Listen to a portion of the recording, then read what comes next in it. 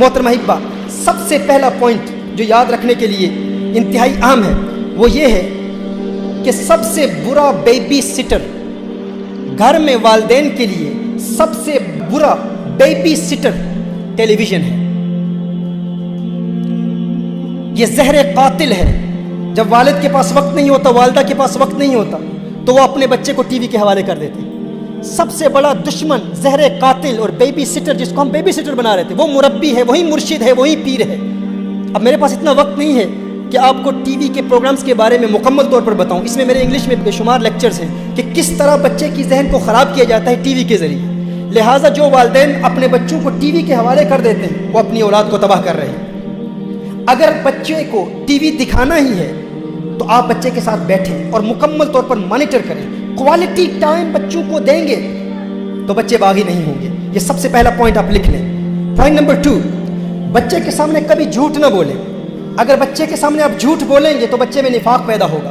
مثال کے طور پر گھر کے دروازے پر کوئی دستک دیتا ہے، آپ بچے کو سچ کی دعوت دے رہے ہیں، سچ کی تبلیغ کر رہے ہیں، سچ بولو، لیکن گھر کے دروازے پر کوئی دستک دیتا ہے اور آپ کہتے ہیں کہ جو مہمان آئے اسے کہو کہ والد صاحب گھر میں نہیں ہیں، بچے کے دل میں اس سے نفاق پیدا ہوگا۔ آپ کے قول و فعل میں کبھی تضاد نہ ہو، کنٹرڈکشن نہ ہو، بچہ اس کے دل میں نفاق پیدا ہوگا کہ والد صاحب والدہ صاحبہ خود اس پر عمل نہیں کر رہے اور مجھے عمل کی ترغیب دلا رہے ہیں، لہٰذا اس سچ میں کوئی فائدہ نہیں ہے، اگر فائدہ ہوتا تو خود عمل کرتے۔ تو بچوں کو جھوٹ سے بچائیں۔ اکثر کہا جاتا ہے اگر تو نے فلاں کام کیا تو چور آ جائے گا، بلا آ جائے گی، پولیس آ جائے گی، یہ ہو جائے گا، وہ ہو جائے گا۔ یہ سب کذب ہے، جھوٹ ہے، ایسا کلام ہرگز نہ کریں۔ اگر آپ نے بچوں کی تربیت انہی خطوط پر کی جو ابتدائی طور پر میں نے رسالت مآب صلی اللہ علیہ وسلم کی محبت کے واقعات آپ کو بتائے، تو ایک وقت آئے گا آپ کے لیے فقط یہ کہنا ہی کافی ہوگا کہ میرے بیٹے اگر تو نے جھوٹ بولا تو تیرے آقا تجھ سے ناراض ہو جائیں گے۔ اس کے یہی کافی ہوگا، وہ کہے گا میں جھوٹ نہیں بولوں گا۔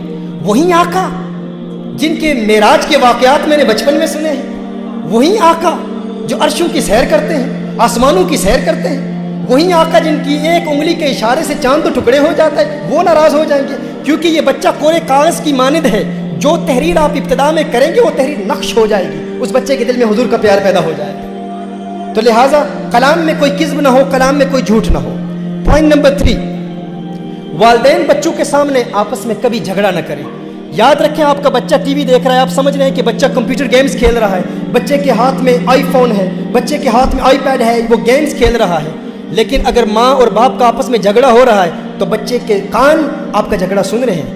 آپ ہرگز نہ سوچیں کہ بچہ نہیں سن رہا، بچہ ہر بات کو زبانی یاد کر رہا ہے، وہ ان تمام باتوں کو سن رہا ہے۔ اور سب سے بڑا دشمن بچے کے لیے کیا ہے؟ ماں باپ کا جھگڑا ہے، ماں باپ کا اختلاف ہے۔ جو ہی ماں باپ کا آپس میں اختلاف اور جھگڑا ہوتا ہے اور وہ آواز بلند کرتے ہیں تو محترم احبہ وہ بچہ اپنے ماں باپ سے متنفر ہو جاتا ہے، اس کا اعتماد ختم ہو جاتا ہے۔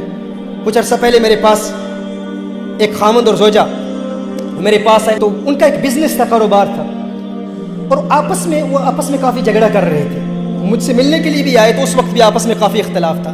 تو میں نے کہا کہ آپ کا کام کیا ہے؟ تو انہوں نے بتایا ہمارا کاروبار ہے، باپ بھی وہی بزنس کر رہا ہے اور اس کی زوجہ، اس کی بیوی، وہ اسی کے تحت کام کر رہی۔ تو میں نے کہا کہ جب آپ کام پر ہوتے ہیں تو اس وقت بھی آپ کے جھگڑے اسی طرح جاری رہتے ہیں؟ کہا نہیں، ہرگز نہیں۔